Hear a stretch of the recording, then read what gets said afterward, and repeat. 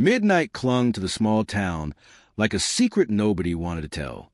The old freight line that cut through the valley hadn't carried passengers in decades, but its whistle still pierced the silence each night, rattling windows and stirring memories best left buried. Sheriff Luke Merrow stood near the rusted tracks, his German shepherd Knox stiffening under the stars. Then it happened, the long, hollow howl that froze the breath in Luke's throat. Knox wasn't calling to the night. He was warning it. And when the train's lights carved through the dark, the truth waiting on those rails could no longer hide. If the story grips you, share it forward. Stories like these deserve company. The whistle came early that night, a deep moan rolling across the empty fields, scattering crows from the telephone poles. Sheriff Luke Merrow adjusted his hat against the wind, the brim shadowing his eyes as he watched Knox stiffen, ears pricked, every muscle coiled like a spring. "Easy, boy," Luke murmured, but his voice sounded thinner than he liked. The air smelled of rain that hadn't come. Gravel crunched under his boots as he followed the dog closer to the tracks.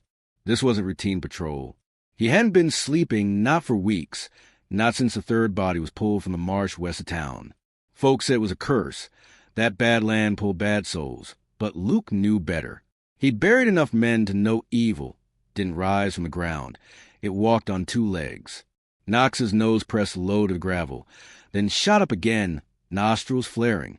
The shepherd let out a low, guttural growl that felt like it came from the earth itself. Luke's jaw tightened. "Show me." The dog pulled hard, dragging him toward the embankment just as the horizon glowed with the approaching freight. The rails began to hum. The sound grew until Luke felt it through his boots, a living pulse racing faster by the second. Knox stopped cold, hackles up, staring at something in the dark weeds lining the tracks. Then he howled, a long, tearing sound that sent shivers crawling across Luke's spine. The train rounded the bend, its lights tearing open the night. That was when Luke saw it, just for a flash, like a photograph seared into his brain. A body, face turned toward him, pale as bone. And it wasn't the face he expected. Luke didn't move at first. He couldn't.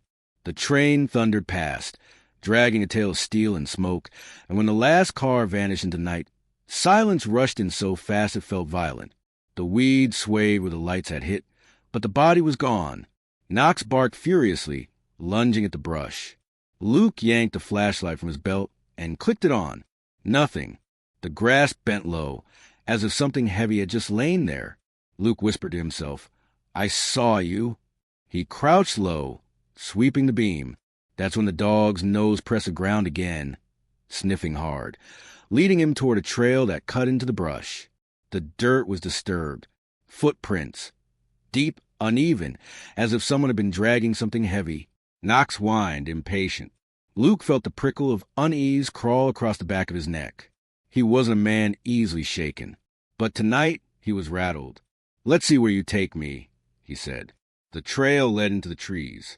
A narrow cut of woods separated the tracks from the river, and the air there was thick with damp rot. Luke followed close behind the K9, keeping his flashlight low, scanning for movement. Every snap of a twig made his hand tighten around the grip of his revolver. Knox froze suddenly, ears forward. A second later, Luke heard it too. Voices. Not close, but near enough to carry in the still night. He killed the flashlight and crouched low, letting his eyes adjust.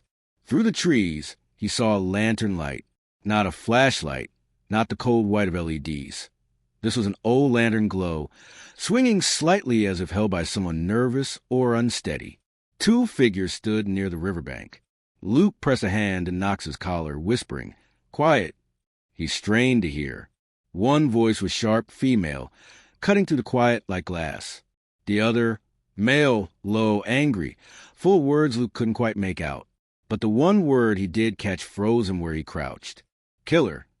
Luke's pulse quickened. The woman stepped closer to the man, her voice urgent. "You don't understand. If anyone finds out, it's over. We're both finished." The man's reply was harsher, nearly a growl. "You should have thought about that before you got your hands dirty." Knox shifted, restless, a soft rumble building in his throat. Luke knew he had two choices. Step in now, or listen longer. He stayed put. The lantern tilted as the woman's hands shook. "I swear I didn't mean for it to happen. It was an accident." The man stepped forward, closing the space between them, his face half lit. Luke caught a glimpse. Deputy Reed Turner, Luke's own deputy, and the woman, Anna Holt, the mayor's wife. Luke's breath turned to stone in his chest. Knox barked once, sharp and loud, before Luke could stop him. The two figures snapped their heads toward the trees. "Shit!" Reed hissed. Anna dropped the lantern. The glass shattered, spilling light that flickered once and died. "Who's there?" Reed barked, his hand going for the weapon at his hip. Luke rose slowly, flashlight off, revolver drawn, Knox at his side. He stepped into the open. "It's me." The look on Reed's face, shock first, then something darker. Guilt. Anna's hand flew to her mouth, eyes wide. Luke didn't lower the gun. "You want to tell me what the hell you're doing out here at midnight by the river?" Reed's jaw clenched. "I should ask you the same." "You first," Luke said. The silence that followed was thick enough to choke on. Finally, Anna broke. Her voice cracked like brittle wood. It wasn't supposed to go this far. Luke narrowed his eyes. "Go how far?" Reed cut her off, his voice sharp. "Don't say another word." But it was too late. Anna's eyes locked on Luke's. "They'll kill me if I tell the truth." The wind carried her words down the river, like a prayer gone wrong. And in that moment, Luke knew whatever he had stumbled into tonight wasn't just about the bodies in the marsh. It was bigger and closer, much closer. The river moved slow and black under the moonlight, carrying silt and secrets alike. Sheriff Luke Merrow stood in the open, his revolver steady though his pulse raced like a snare drum. Knox pressed against his leg, every muscle alive, the faint growl vibrating through the night.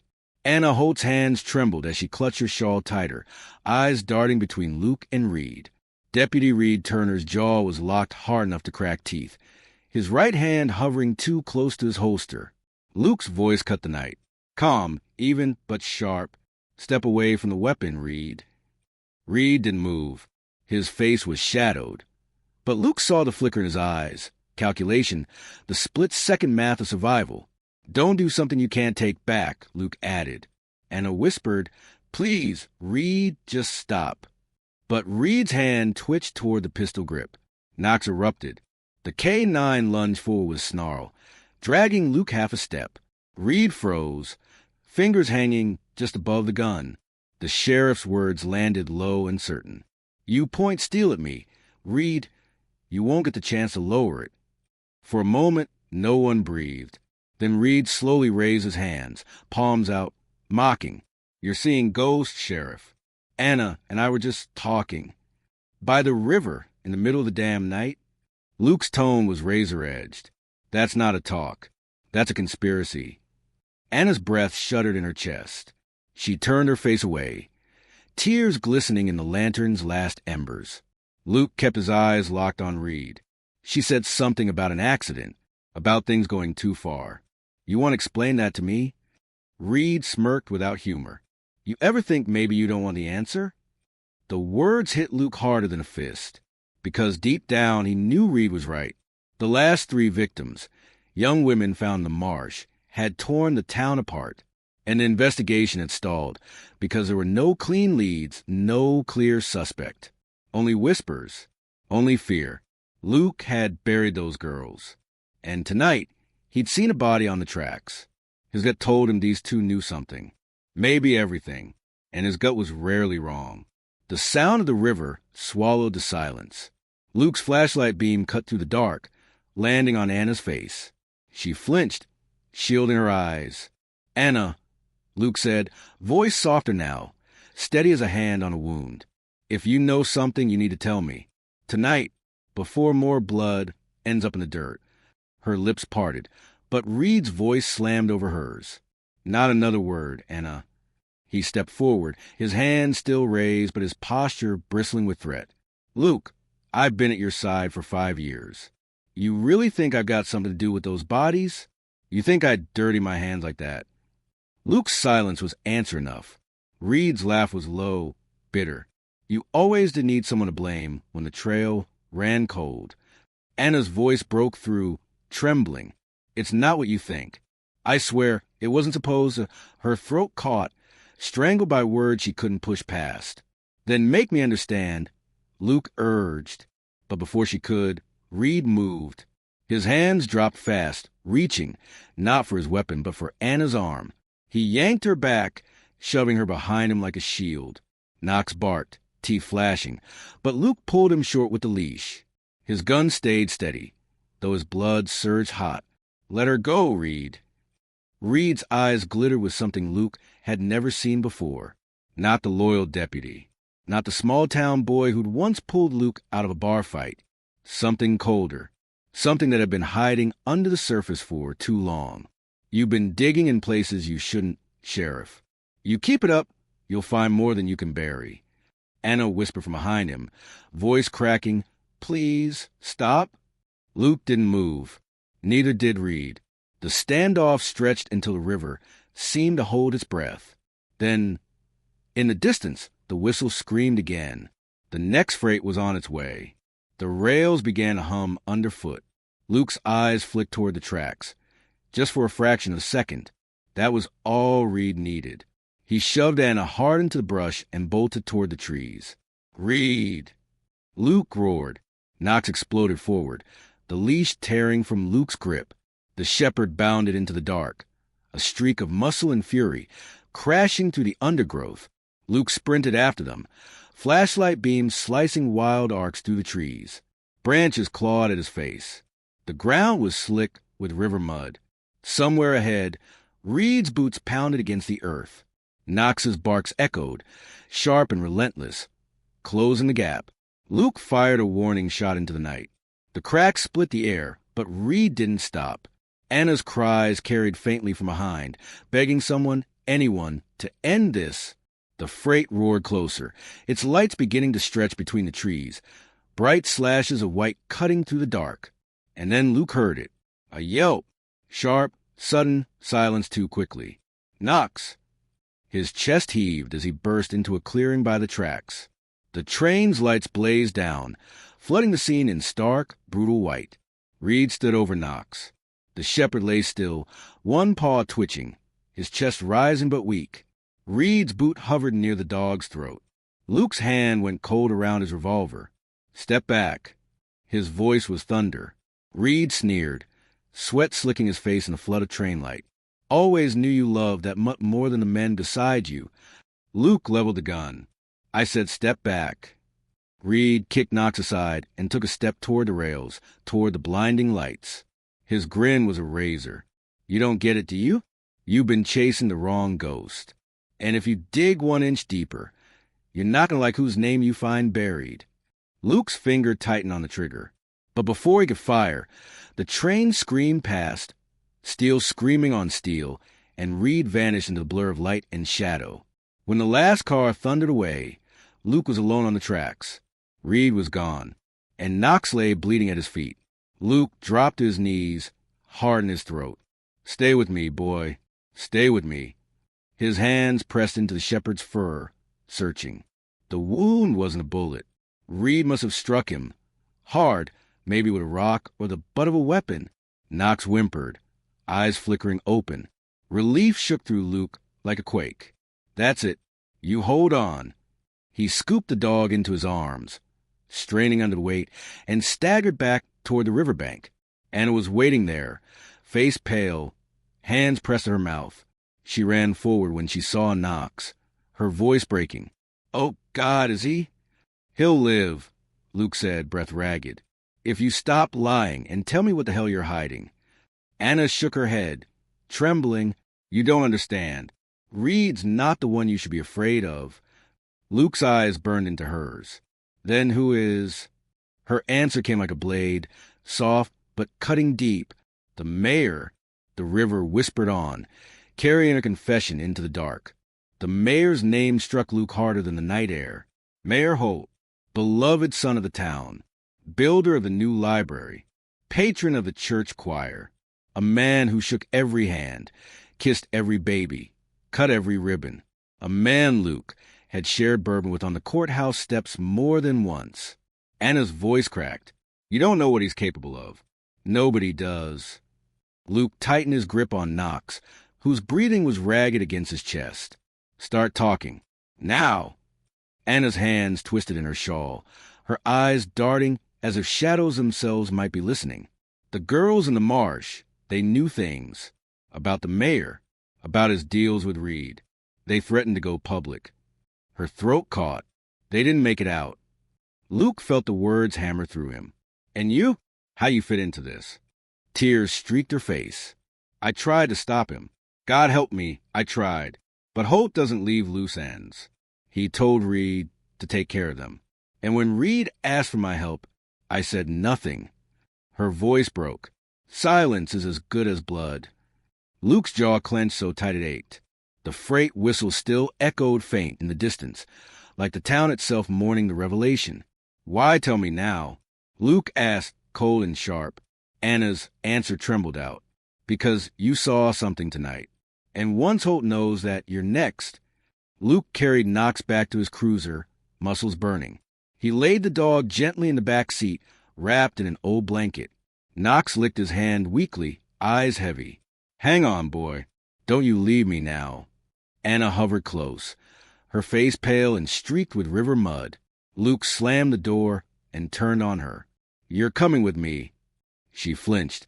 Where? Station. His tone left no room for argument. Her eyes darted toward the road. If Holt sees me there. He already knows too much, Luke snapped.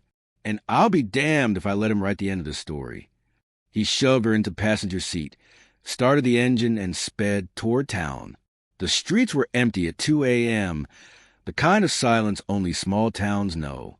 Storefronts sat dark, neon signs buzzing faintly, sidewalks littered with dry leaves. The cruiser's headlights cut through the stillness. Anna sat rigid, staring out the window, whispering prayers Luke wasn't sure were meant for him or for herself. Luke's mind raced. If what she said was true, the mayor's reach ran deeper than anyone guessed. Reed was proof enough. And if Holt could sway his own deputy, who else was already in his pocket? When the station came into view, Luke's stomach knotted. The front lights were on. Too many lights. Someone was already inside. He killed the engine, hand on his revolver. Stay here, he told Anna. Her voice cracked. Please. Stay. He stepped out into the night. The town square clock told the hour. 2, hollow and heavy. Luke eased toward the station door, every nerve alive. He pushed it open. Inside, the fluorescent lights hummed. Papers littered the floor. The filing cabinet near his office was open, drawers pulled wide. And sitting at Luke's own desk, calm as if he owned the place, was Mayor Holt. Luke, Holt said smoothly, pouring himself coffee from Luke's pot. Late night? Luke's revolver stayed down but ready. You broke into my station. Holt smiled, stirring sugar into the mug. Broke in? No. I walked in. A mayor has keys to more than people realize. Luke's eyes narrowed. Where's Reed? Holt sipped slowly, savoring the moment, busy tying up loose ends. Luke's jaw worked. He put Knox down. He nearly killed Anna. The mayor set the mug down gently, as if placing crown. Anna talks too much.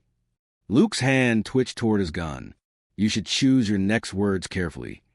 Holt leaned back, folding his hands. Luke, I like you. I always have. You're steady. You don't rattle easy. But you've been digging in places that don't belong to you. And if you keep it up, you won't be sheriff by sunrise. You won't even be alive. The calm in his voice chilled Luke more than rage ever could. The sound of footsteps cut through the station. Reed.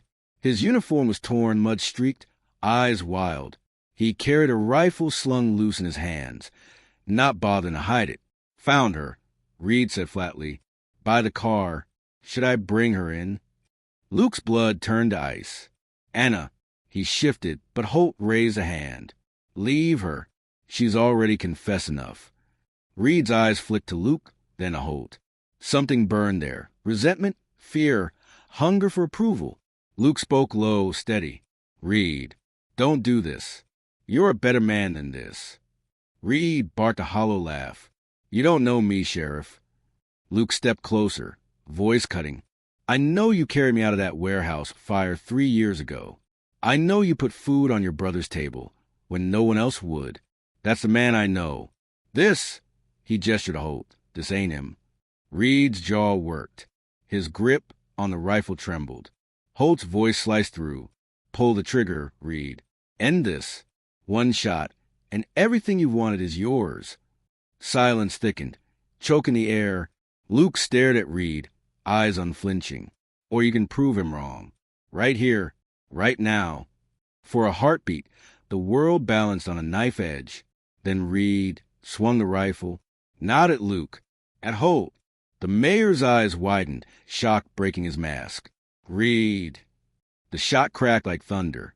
Holt fell back against the desk, crimson blooming across his chest, his coffee spilling like blood across the papers.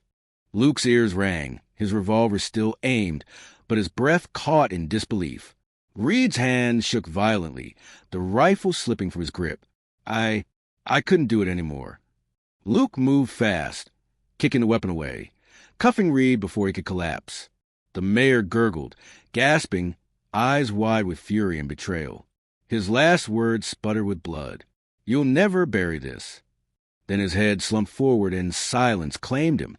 Anna rushed in, tears streaming, covering her mouth when she saw Holt's body. She staggered back, whispering, God forgive us. Luke steadied her with a hand. His own chest felt hollow.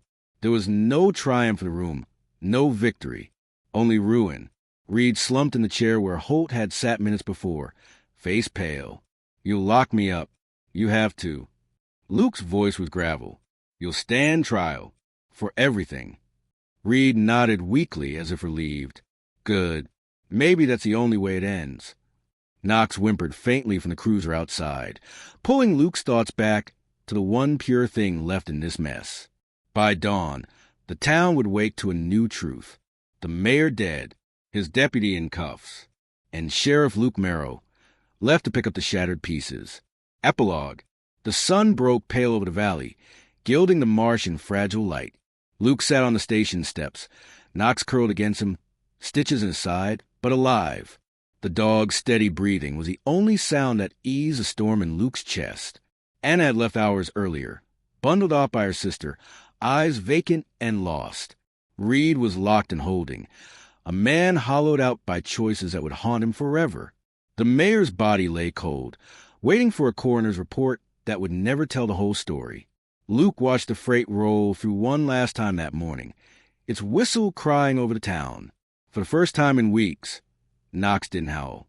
He only pressed closer, warm and steady, reminding Luke that some loyalties don't break, no matter the darkness. Luke closed his eyes, whispering to the empty street. It's over, but the silence that followed told him nothing was ever truly over. Not in a town like this. Still, he sat there, letting the morning wash over him, holding on to the one living soul who had never betrayed him. And for now, that was enough.